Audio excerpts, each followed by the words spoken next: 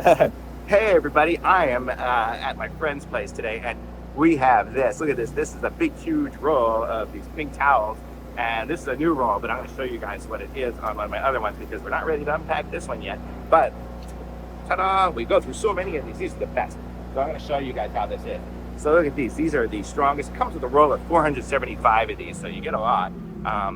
They're totally worth it. They're not cheap, but they are good. But look at this. These are super strong, super absorbent, and you can see they come perforated, so it ends up being, it's not even easy to separate too, but it ends up being, paper towel size. But they're way stronger than a paper towel. I mean, it's strong both ways.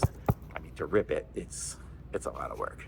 You see, I can, but of course I can. It's paper towel, but it's super strong, super absorbent. I can wet my sweat on it. It'll pick up everything. So these are super cool. I was considered, you can see, I got a little wet spot from my sweat because I just finished working out. But these are super cool. So I'm going to say super thumbs up from me.